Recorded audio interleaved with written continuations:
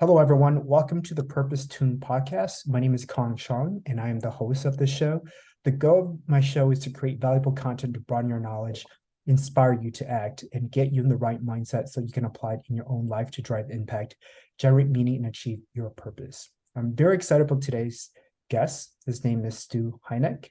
Stu started his career combining marketing with a one-in-a-million mentorship with top cartoonists from Playboy and the New Yorker, resulting in a new genre of direct mail and hundreds of record-breaking campaigns for some of the world's biggest direct marketers. A twice nominated Hall of Fame marketer, best-selling business author, and Wall Street Journal cartoonist, Stu's first book, How to Get a Meeting with Anyone, was named one of top 64 sales book of all time. Stu, thank you so much for dedicating a part of your time today to join me on my show. How are you doing? Oh, my pleasure, Kong. Great to join you. Awesome.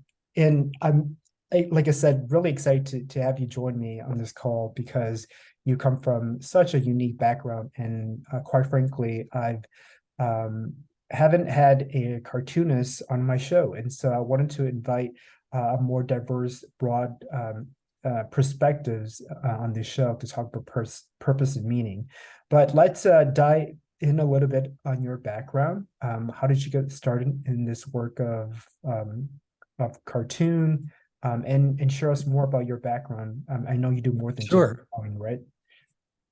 Well, so I'm going to make a reference, and I don't know if your audience may not be old enough to perhaps catch the reference, but my career started when I was a kid.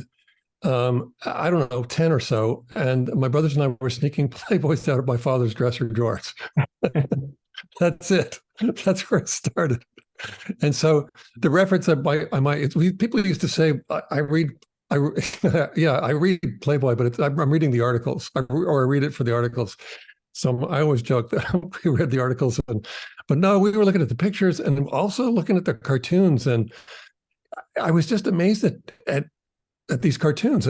There were two cartoonists in particular who always had full color, full page cartoons in the magazine. So one was Gahan Wilson and the other was Eldon Dedini, and they were incredible. The cartoons were incredible, but also just how I'm just wondering, how do they do this? I mean, how do they? The whole picture is alive. There's something really magical happening in a cartoon because you're just looking at a simple picture and then a few quick lines of copy, but you have now been given this insight. And I didn't see it that way as a kid, but that is what it is. I mean, when we laugh at something, think about the nature of humor. It's about truth revealed in a twist. It's about, it's just well, think about it. When you find something funny, don't we often find ourselves saying, "Oh my God, that's so true," because that's what it's about. When you go and watch a comedy show, and the comedians up there, if they're hot, they're really on. They're getting people laughing because they're just they're seeing those same things in their lives happening, and they're laughing because it's so frustrating, and they don't have anybody to tell it to, or they haven't expressed it as in a way that the comedian has. But that's what's happening, is that we're sharing insight and truth with the audience, but we're doing it in a twist. It surprises you, and it causes that gut reaction of laughter. Mm-hmm, mm-hmm. That is amazing. So tell us a little bit more about your childhood experience. Like what were you like as a child? What inspired you to do the work you're doing today? I just it was just so well. I mean, going back to Playboy again, the cartoons were just amazing. I just how do you do that? And I wanted to learn how to do it, and I was pretty good at art just naturally, and kept going. But as a kid, I was probably just very shy, and then incredibly mischievous and curious. So, and adventurous too. So I always was looking for, where's the next thing to do? Let's explore further, and how can you make this work or that work? And it just translated into this natural curiosity that carried over into my actual career. Mm-hmm. So, I mean, that really is that's where my books come from as well. It's just, one of my, let's say the first published or traditionally published book was How to Get a Meeting with Anyone. And so there was, I had experienced something. I was using cartoons to break through to people, and I was getting through, and it was like having a secret weapon, and I was having a blast with this. I mean, it's like you could point this thing at anyone and get a meeting or connect with them, which was pretty amazing. But I got really curious about what everyone else was doing, because we all face that same challenge. If you can't get meetings, nothing happens in life if you can't connect with people. I mean, it all comes from connecting with each other. So if you can't get a meeting, there's no business, there's nothing, you can't do anything. But if you can get a meeting with anyone, that's like having a superpower. And so then I got curious about, well, what's everyone else doing? How are they doing it? And found that the people are doing the most incredible things out there, to just incredibly clever things to get meetings with people. And that informed and inspired that first book, How to Get a Meeting with Anyone. So it's that, I guess it's still that childish or childlike curiosity and mischief and adventurism all rolled into one. Mm-hmm, Does mm-hmm. that make sense? Yeah, no, I that's don't know if it does or not. I don't know if my career makes sense at all, actually, because it's a crazy one. yeah. So often the folks that are on my show, there's a point in time that they had shared a profound experience that kind of led them to where they are today. And so I was looking for an example of that. What was a profound moment for you that kind of changed the trajectory of your career, that propelled you forward to doing what you do today? Because so often a lot of people, when they think about meaning and as it ties to work, it's often not um, a positive thing, right? I don't know what the specific statistics is, but a large chunk of Americans are unhappy with work. And so I was hoping that maybe perhaps you could share with us, what ignite your passion, your inspiration.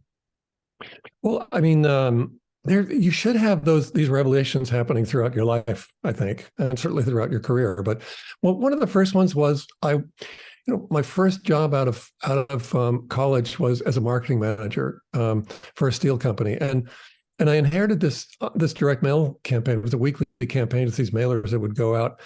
And I was also a cartoonist at that point. I was already a published cartoonist, and I thought, we're going to mix the two. Let's give it a try. Let's see how people react to it. And I started getting great reactions to it. And then so that's one revelation, actually, is that, oh my gosh, these cartoons, they're really useful. And I started getting more information about cartoons, just the nature of cartoons, because I was a member of the Cartoonist Guild. And at one point, they sent this article from Folio magazine, which is the magazine for people who produce magazines. And the article said that you should really consider putting cartoons into your publications, because readership surveys are showing that they're the best read and remembered parts of any magazine or newspaper they're in. So I thought, well, okay, then that must work in direct mail as well. Tried it. It worked. It was great. The next revelation came when I was laid off. I thought, well, shoot, what am I going to do? And I went directly to their competitor, and I said, "Look, do you know those mailings that Crest Steel has been putting out? Well, I'm the guy who's behind that, and I want to do that for you. I'm no longer working with Crest, but I want to do that for you." And the thing was, I was taking interviews for jobs, so I had a resume, but I also had cards made up that made me the president of my company.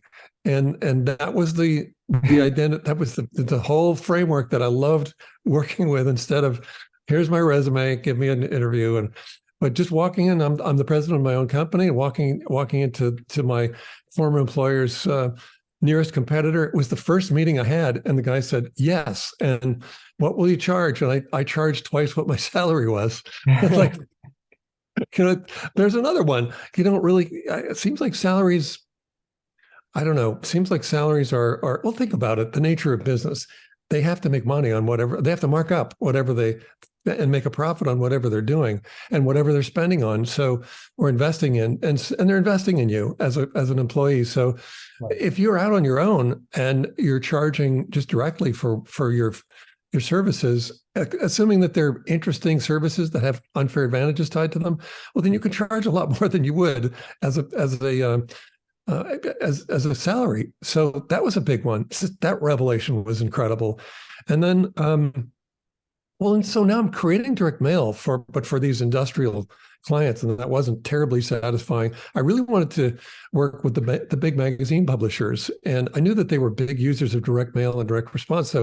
So I reached out. I got my first two assignments from magazines, one from Rolling Stone and the other one from Bon Appetit. And this was to test or create new test direct mail campaigns that would go up against their controls, which are the most effective thing they'd put in the mail.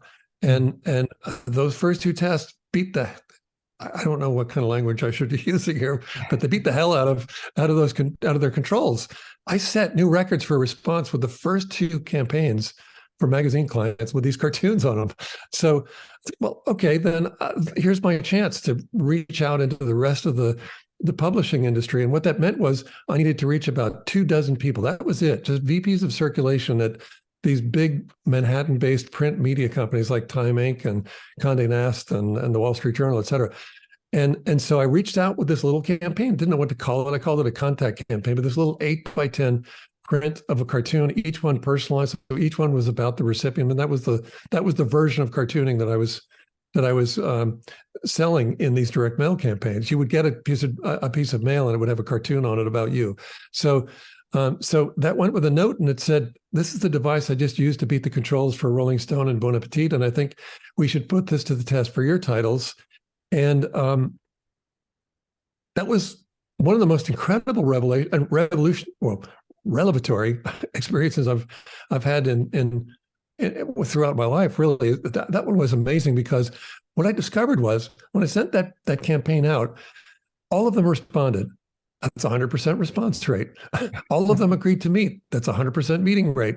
All of them became clients at 100% conversion rate. And that launched my business. It all came from a campaign to 24 people that I spent about $100 on. And it launched my business. It was worth millions of dollars. So that's incredible. Let's pause there for a second. What's the message from all that? You've got to keep trying these ideas. Don't be afraid to fail. Keep trying these things. Yeah, I love that. Let's talk about failure in a bit here, but prior to so you mentioned one of your revelation was assigning the title president of your business and coming up with a quote that was twice your salary. How did you acquire that mindset to say, look, I'm going to assign myself a title and I'm going to make myself the president of my business, and this is how much I'm going to cost? Like, a lot of people, when they're starting their business, there's so much to figure out. Sometimes people just don't know where to start. So did you acquire any knowledge from reading books, or did you have a mentor that taught you how to sell, how to create a business, all that, or was it just trial and error for you? I had some experience. I'd already run a business before in college, and had developed some interesting negotiating techniques. It was a band, and we developed these really interesting negotiating techniques, and discovered a lot about human nature and psychology in business. And so when someone would call and hire us, I'd say, okay, I'm on your side. This is great, but I have to bring it to the other members of the group. So we got to make the offer good. Okay. So it was always, if I bring it to my essentially I'm bringing it to my partners. I'm on your side. Let's pitch this, but I got to make it a good pitch. Let's make it a good pitch. And so, I think what I realized is that you just have to ask. I mean, just be playful. I think that's probably one of the messages here, is that it really pays to be playful in business. And, we could go in so many directions on this question, because I have that other book, my most recent book, How to Grow Your Business Like a Weed. And so I'm doing everything based on the mindset of a weed right now. Now, I'm not talking about like a bunch of, not this, weed mindset, not a bunch of guys smoking some doobs, not that. It's when you look at what weeds do, they don't ask for permission. They don't show up. They're not waiting for an invitation. They are urgent and aggressive and resilient and incredibly, I don't know what the word is, powerful, I suppose, and how they approach anything, any turf that they want to take over, they're very forceful about it. They don't ask you if it's okay. They just do it. They'll find out if it's okay. And if you cut them down, they'll keep coming back. I mean, they're that take on that weed mindset, and I think you've got 90% of it licked. So that's one. And I often talk about when I'm talking about unfair advantages, which is part of the weed strategy model from that book. But we all have to have unfair advantages. And that's true if you're in business, but it's also true just personally and in your career. Start developing unfair advantages. Good God, I'm one of the Wall Street Journal cartoonists. That's a great unfair advantage because it's really hard to match it, right? Yeah. So when I do things with cartoons, I put on that suit, that jumpsuit of, yeah, I'm one of the Wall Street Journal cartoonists. So people are going, really? I've never even met one of those any cartoonists, really, but you're in the Wall Street Journal, really? And so you've got to have these unfair advantages, and you've also got to have this mindset of just you're just going to make things work. And I think one of the best examples I can think of is Elon Musk and his development process of the Falcon booster system, and then what's happening with Starship. So Falcon booster system, I think we've all lived through that story of they were trying to land their boosters propulsively back on the ground so they could reuse them. Nobody had done it though. It was a crazy idea. And they would shoot them up and they'd explode, and they'd shoot them and they'd come down and they'd explode. But eventually they'd start sticking their landings. And then eventually it was like routine that they would stick their landings. And now they have a booster system. It's not just now, they've had it for years now. This booster system that can launch payloads into space, come back and land propulsively, and then they recycle the whole ship. And they have some of those ships now, I don't know if they're like on their 10th trips up into orbit. So it totally changed the cost structure of putting something into space or into orbit. And that's a totally unfair advantage, right? Because no one else can match it. None of the state space agencies can match it. You might argue that Blue Origin can match it, and they've somewhat matched. They've not putting anything into orbit. They're not really a factor yet. So far, SpaceX has enjoyed this incredibly unfair advantage. That is unfair from the standpoint of their competitors. And you need to have these unfair but then also, I just want to say one more thing about his mindset. Look at what he was doing. He was trying to do something no one else had done before. And so it was a try, fail, and then try and succeed process. So failure is good. It's as long as you're learning from it. Failure is incredibly useful. Don't ever think that if you fail, well, that defines you. It just defines an issue that you can solve now because you just learned from it. I mean, it's an incredible thing to give yourself the space to fail, as long as what you're really trying to do is learn. Does this work or does that work? If we shoot this up, what happens? And then what failed on it so that we can change that. And so that, I think that's it. I think that's the mindset is to be okay with failing sometimes. It's okay. It's part of learning. If you're not failing, it's just like if you're skiing and you don't fall, you're not learning, you're not progressing. So take some falls every once in a while, learn from them, and just follow your passions, I guess. I don't know, that sounds really hackneyed, but just follow what it is that you really love to do and go after it and develop those unfair advantages. And don't be afraid to fail because you're going to learn.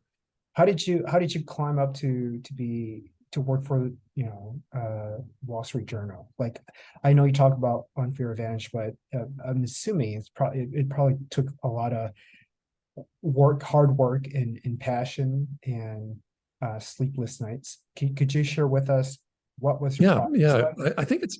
I think it's Malcolm Gladwell that said you've got to put in 10,000 hours to become an expert at anything. And that wasn't, I don't know how many hours I've put into it, but I put a lot of hours into cartooning. And I should describe that, when I put that agency together, remember when I was saying that I was sending those contact devices out to the publishers and I was getting all of them as clients. Well, one of the things I did really quickly was I recruited a lot of my heroes of cartooning. So those same cartoonists that Gahan Wilson and Eldon Dedini, for example, from Playboy, those guys became part of my agency. Isn't that amazing? And then pulled in some others from the New Yorker. And I ended up being, so I was the creative director on these campaigns. I was directing everything, but And I would give, every time I sold a new campaign, I'd say to the client, okay, so look, here are all the cartoonists that I have in my group. Who would you want on the group? Who should do the cartoon for the campaign? And they'd choose which cartoonist they wanted. And so what that ended up doing, because of all that, I was doing all that work, I was making money for them, but because I was doing all that work with them and directing them, but also learning exactly what they're doing, what their process was as they were creating the cartoons, how they created expression from hands and everything, all that stuff. I went through this incredible 1 in a million mentor program, essentially, that we didn't know existed. No one knew it was happening. But I ended up being mentored by the greatest cartoonists in the world. So that was a big part of perfecting it, is understanding exactly what the greatest cartoonists in the world were doing, what their process was, how they thought about it, and what were some of the approaches to humor that were just kind of old and worn, and didn't really, they weren't the pinnacle of it. So that, plus a lot of well, I was using, I guess you could call it practice, but I was using cartoons, doing a lot of cartooning myself in these campaigns, and so that eventually it led to, well, I'm kind of a prominent cartoonist, and it made sense that I should reach out to the syndicate that feeds the cartoons to the Wall Street Journal, and it was pretty easy to get in at that point. Mm-hmm. That's incredible. So of course, in order to work for some of the best people in their field, there has to be some sort of relationship building. Did you have any relationships with this person that is labeled as the most talented cartoonist in the world? What was that process like for you? Did you? Well, again, that kind of goes back to getting meetings that changed your life. And so I connected with Leo Cullum. So he was one of the cartoonists from the New Yorker, and I lived in LA and he lived in Malibu. So we connected, and that was great. And I got introductions from him, especially among the New Yorker cartoonists. I'm trying to, that must have been the connection tree for reaching Gahan Wilson and Eldon Dedini as well. So those were the two Playboy cartoonists. I mean, they were, Eldon and Gahan were just incredibly popular at the time. So it was, and especially Eldon, it was just, his stuff was so crazy. I mean, it was so ghoulish and macabre, and it looked insane. Actually, it looked like he was insane. And so he was just absolutely just incredibly famous as a cartoonist back then. So it wasn't really easy to get a hold of him. It wouldn't have been, I should say, easy to get a hold of him otherwise. But you make connections, and once you make connections, you work those connections. It's kind of like LinkedIn before Right. LinkedIn existed. But you certainly, I say work those connections. That sounds like you're taking something. You're just asking, would you introduce me to? I mean, like, here's one thing. I ended up getting introduced to the cartoon editor at the New Yorker at the time. So at the time, that was Lee Lorenz, and Lee knew everyone because he was working with all of them. So Lee would introduce me to all sorts of cartoonists from that point. But it took making that first connection, and not just making the connection, but you have to be someone that they want to refer to the people that these are the most important people they know. I mean, like Leo introducing me to his editor at the New Yorker was a big deal. And I needed to make sure that I would be a great person for him to refer to Lee, and that I would bring new benefits, maybe new unfair advantages to Lee. And so it all it's interesting how it all flows together, because you need to get meetings with people, and you need to have that whole weed strategy under your belt as well, so that you've got unfair advantages that people are saying, well, that's compelling, that's really interesting. Yeah, let's meet, let's talk. Right. Yeah, that's incredible. So what's your relationship with Nasdaq? Nasdaq. Well, I've been a speaker for Nasdaq Entrepreneurial Center. I don't have one with Nasdaq itself, but with the Entrepreneurial Center, I've been a speaker for them a few times, and through that I came to know their executive director, I guess you could see that I get to know people. I mean, once I know someone, then I get to know more of the people there. And so I got to know the executive director, and then I was really, really blessed, really fortunate that she, when I reached out to ask if she would write the foreword to How to Get a Meeting with Anyone, I'm sorry, How to Grow Your Business Like a Weed, that she said, sure. I got out that call just like screaming, going, oh my God, I can't believe it. The executive director of the Nasdaq Entrepreneurial Center will be writing the foreword to this book. That's a great, great thing. So yeah, and then when the book came out, well, one of the things I mentioned in the book was that I was going to start a new award called the Total. It'll be an annual award called the Total Weed Award, and we were going to go around calling people total weeds, and they were going to be really thankful for it. Oh my God, thank you, Stu.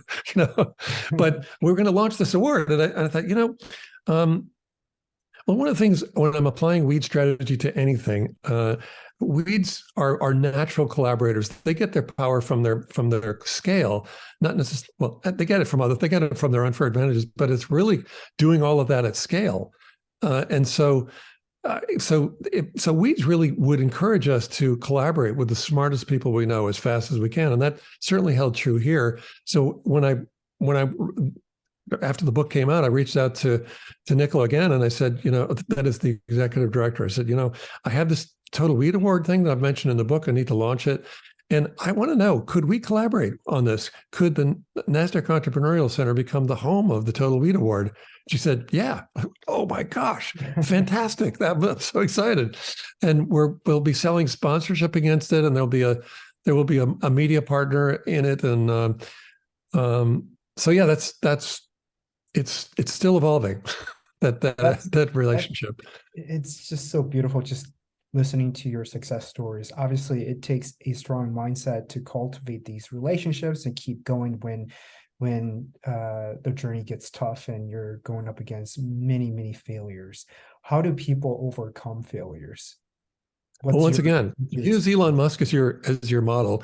Elon, I mean, he's doing it now with Starship, and he's been put on hold for the past year or so. But I think there will be a launch coming in April, which will be the first orbital attempt. Now, he's shot that Starship up to I think 14,000 kilometers in height, and then or in altitude, and then it's flipped over on its side, and it has those four fins that move around, and it falls through the atmosphere like a skydiver does, essentially. And then at the very end, I don't know how high up it is, but suddenly the engines, or one or two of the engines fire up, and it flips out and it lands vertically. Nobody's done that either. Well, although he's done it now. So, and they come down and they explode. They come down and they crash. They come down and they land and then explode. All these things, it doesn't matter. Every time, you just have to watch what he does. His process is about learning from. I don't even know if I could call these failures. It's like we need to learn. Right. Oh, this is a good one. I mean, weeds deal with what is. That's one of their primary traits. They just deal with what is, right? There's no emotions clouding them. They're not saying, well, I thought I was entitled to this or that, or that's not fair, or whatever. It's just, they just do it. They just deal with what is. And that's what Elon is doing. But he's saying, I need to know what is. I mean, what things are reality? How does it work? Or how does it need to work to actually succeed? And so those failures they don't define him at all, right? I mean, you don't think of him as a failure. I don't think anyone does. But I watch him and I just think the guy's unbelievable. And look at the mindset on him, because he knows he's going to fail. He knows he's going to blow up a lot of, like, hundreds of millions of dollars worth of prototypes. But it's all to get to a place where he can do something that no one else can do, where he has something that no one else can duplicate. And that's where he's headed. So I think if you're ever saying I'm a failure, I failed at my last job, whatever it is, just learn from it and think of Elon. You just apply what you just learned, and you will succeed wildly. Yeah, I think there are two types of people on this planet. The first is one that has a fixed mindset, and the second is one that has a growth mindset. The person that has a fixed mindset, when they come across failure, they label themselves as a failure, right? Instead of seeing it as it's just a temporary defeat, and we can grow and learn from it. And then the growth Yeah. minded individual, like yourself, and what you've been referencing throughout this talk is just look at it as is, and just learn from it and just keep going. And so I think for folks that are listening to the show, what I want them to get is that failure is not defeat. As long as you're still breathing and you're still, your mind is still operating, there's always possibilities to pick yourself back up and win. Doesn't matter how tough the situation is. Failure is incredibly useful, and as long as you're not ignoring it, don't ignore it, because there are lessons that you'll just keep learning over and over again. Yeah. But learn from it, and because I think you just always go through life learning and curious and hungry for the next adventure and the next milestone. Like, what else can I pull off? Mm-hmm. I don't know if I go. It's just that when you do pull off something that's impossible, what a blast that is. It's incredible. And I think similarly, as you're working in your career, I always had the sense that I was creating all these campaigns. They're cool looking campaigns, I think so, but the cartoons and so on, they look cool and they look mischievous and unusual. Like they're compelling. You've got to dig in and what are these? Yeah. But I think the thing that I figured out early on was that the reason why I was getting the fees that I was getting, and I was getting paid a lot of money to create these campaigns, is because all of growth and just how to make a business work. Right. So I'm sorry, you froze a little bit. I didn't hear you. Apologize for that, for the connectivity issue here. Could you give us an example? Do you have like a example of your work that you could illustrate or show us on video? Oh, you mean like what the cartoons look like, or sure, like just a piece of your work, so that sure. Well, first I'm going to grab something behind me. So sure, yeah. So this is what I call a big board, and so it's an 18 by 24 inch, quarter-inch thick foam core board, and there's a cartoon, and you won't be able to read it, but there's a cartoon on there that has a caption that gets personalized. So it's always about the recipient. So for example, I send this one to Mark Cuban, and if I fill in his name and so on, the one that I sent to him, she's telling her friend, Mark Cuban says you can tell a lot about a person just by looking at their Mavs tickets. I tend to agree. And so of course he's the owner of the Mavericks, so he got it and it's up on his wall. Now that was my introduction. That was my piece to go out there and say, hey, Mark, I think we should connect. Or would you, I want to do this. Would that be of interest? That kind of thing. But I need to get his attention. And certainly the thing I did to get his attention ended up, I think it's framed, but anyway, it's up on his wall in his office. That's incredible. And I think there's some humor in that process. How do you develop humor and sarcasm in your? Oh, good God. I mean, you either have a sense of humor or you don't. I don't know if I don't think I could advise how. I mean, if you're mischievous and I don't know, if laughter comes to you pretty easily, then there it is. Right. I mean, it's almost like asking, I don't know, how to develop a sense of balance or eyesight or something. Either you have it or you don't, I think. But certainly you can use it, and it's a lot of fun. Humor's a really tricky thing to work with. I found that when we're joking with friends, let's say we're having a beer or a coffee together, and we're joking, and they're good friends, the jokes are usually at your friend's expense. It's usually a put down. It's a put down meant with love, but it's a put down. And if you start putting that into your ad campaigns, a put down of the recipient, it's not going to work. That'll be one of those failures you'll learn from. So, right. Yeah. So it's really tough to come up with those. And I could show you another example. I have this video that I love to share. It shows, here's the thing. The setup is, you probably know Billie Jean, the marketing guru on Instagram. And I wanted to just reach out to him and say hi and just introduce myself. And so I sent this strip cartoon, a multi-panel strip cartoon, and it's about, pardon me, it's about him and his assistant got it. Actually, here, let me just. Yeah. Now I can talk. What I'm going to do is I'm going to share my screen, and I know my drive will take a moment to spool up. So while it's doing that, I'll explain Sure. that. So I sent this to. I think you can see that now, right? I can see that. Yes. Yeah.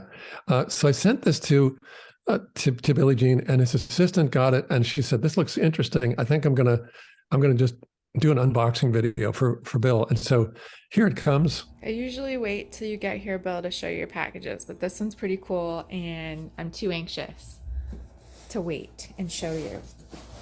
So, here's the reveal. If I can get the cap off. Read how awesome this is.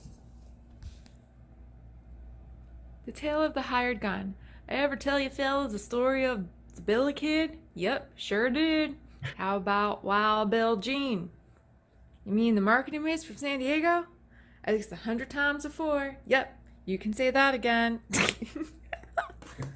at the back. I'm kind of in love with this guy. Mad respect. Now, first of all, I love calling Billy Wild Billie Jean in the cartoon. I mean, I don't know where it is. I don't know if it's up on his wall or where that ended up, but just calling anyone Wild. I mean, if I sent one to you, it would be Wild Kong Jing. Oh man, no, even if it's just a little card, you can make something up. I love that. Yeah. Well, so you can see it's just fun to use these cartoons. They're a lot of fun. But No, I was calling. So here's the thing. Sure. There's no put down there. The cowboys, they're sitting around the campfire. I want them to say, "Ever tell you fellas the story of Billy the Kid?" Yep, sure did. How about Wild Kong Jing? There you go. And then the next one they're saying, you mean the host of the podcast, whatever they're going to say, but at least 100 times before. So they've been talking about you. He's told your story many times. That's what they're telling him. So so you come out on top in the humor. That's the thing. Right. With the one that I just showed you. The one with the two women having coffee, and one of them saying, "Look, Mark Cuban says you can tell a lot about a person just by looking at their Mavs tickets." I tend to agree.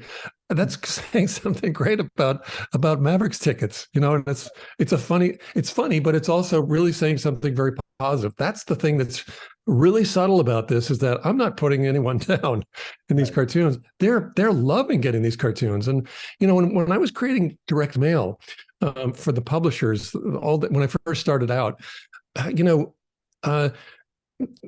used to put out these things in the mail. They was called junk mail for a good reason, actually. And so you'd get all these things that were manipulative. So it was either teaser copy, open quickly because there's an elephant inside, or something like, well, how can that be?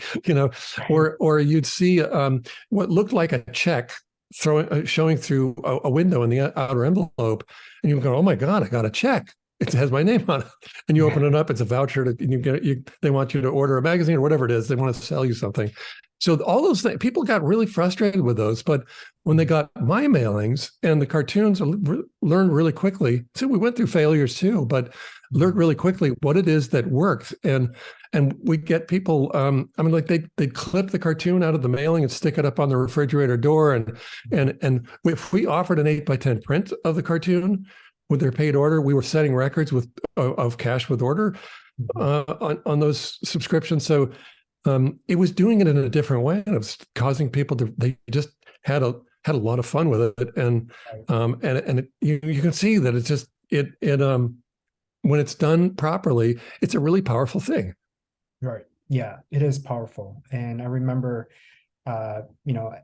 being in high school, just reading through these cartoons and just having a lot of joy just reading through them, because there's just so lighthearted, and there's a little bit of sarcasm in there. And in life, there's just so much going on that each individual has to deal with. But when they see something like your work, it's just refreshing to look at life a different way. And I think that's where it is. And I can tell you, it's a total unfair advantage for me, because I could just, if I pop a cartoon into LinkedIn or any social media, it gets a lot of attention. Why wouldn't it? But I mean, it gets a lot of it.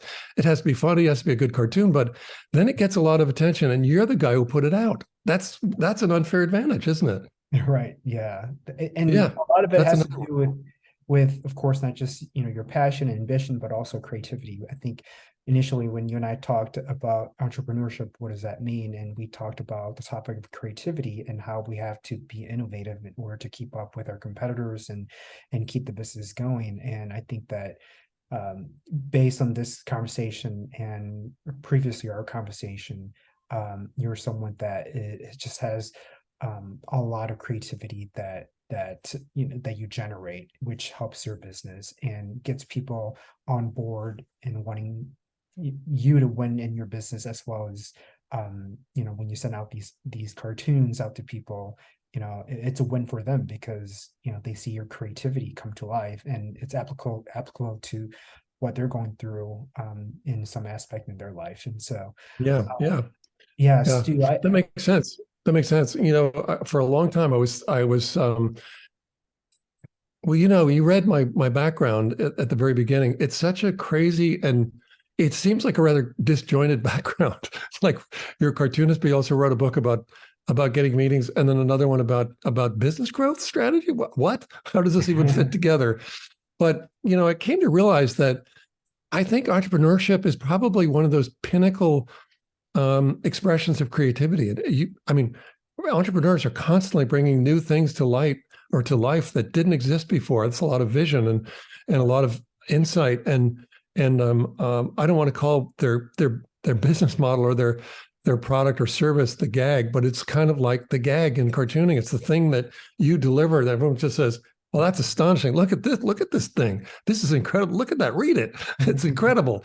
And that's I think that actually it all fits together really well. I think entrepreneurs are probably some of the most creative people on the planet, and Right. but their creativity is probably channeled in a different way than, let's say, a cartoonist. It certainly does than a cartoonist might, Right. or a painter might. But it's every bit as creative and probably more deeply creative because again, going back to those unfair advantages, how do you cultivate new unfair advantages? And I think it's a pure exercise of creativity. And so, yeah, I have great respect for the creativity of entrepreneurs. And now I feel like, well, okay, I belong again. Because at first it was like, none of this stuff belongs together, but it does. Right. Yeah. Stu, we are about that time, and I want to be respectful of your time.